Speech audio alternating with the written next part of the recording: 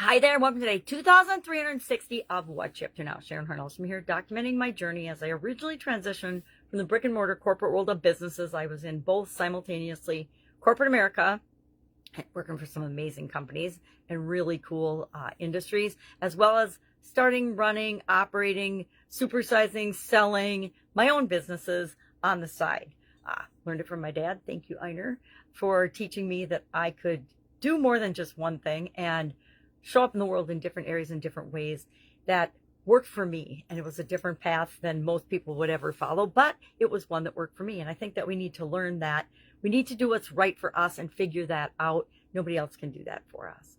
So today we're talking about, in the Let's Grow Annual Challenge, the continuation of working on financial growth. We're doing one thing every day to grow this year. And this month we're focusing on financial growth. And our topic today is emergency funds. Do you have one?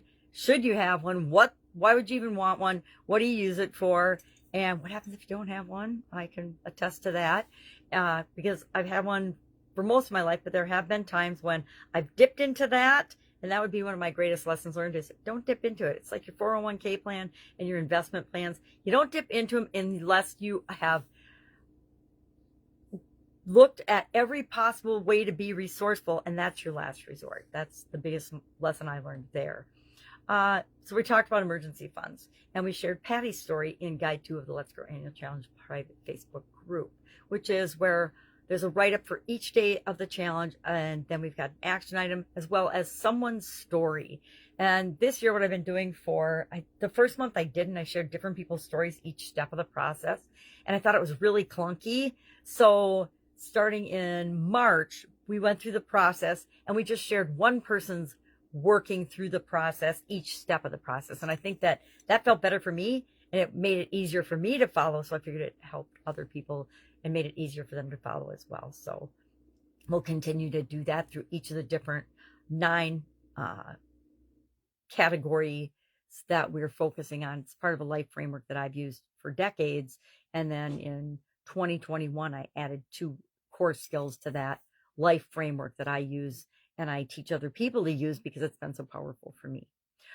For Supersize Your Business today, we're talking about virtual reality and how it can be used for visualization, for us, for our internal teams, for clients, for potential customers, and giving them immersive experiences without actually having to buy our products or experience our services. If you're a coach, if you can't creatively figure out a way to use virtual reality as a coach, you should chat with me or with someone else, because there's so many applications for all new technology and innovation, which can give you a huge competitive advantage.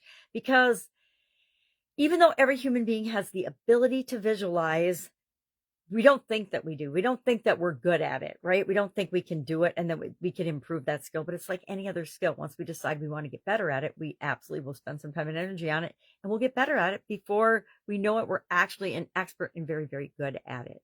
I've noticed that as my physical vision has diminished, my ability to visualize and imagine has become significantly better, like exponentially better. So talking about that. I don't know about the rest of you, but the assassination attempt on President Trump has had a profound effect on me and my family in terms of like participating and watching the media and the news. We never watch the news, but it's really interesting to watch the different coverages. And as the story unfolds, it's not quite as compelling and as sucked in as 9/11 was for people, but it is right up there with that. So like everybody else, thoughts and prayers for Trump, his family, the other victims of that heinous, ridiculous, unnecessary event. And hopefully we'll get more details as it unfolds.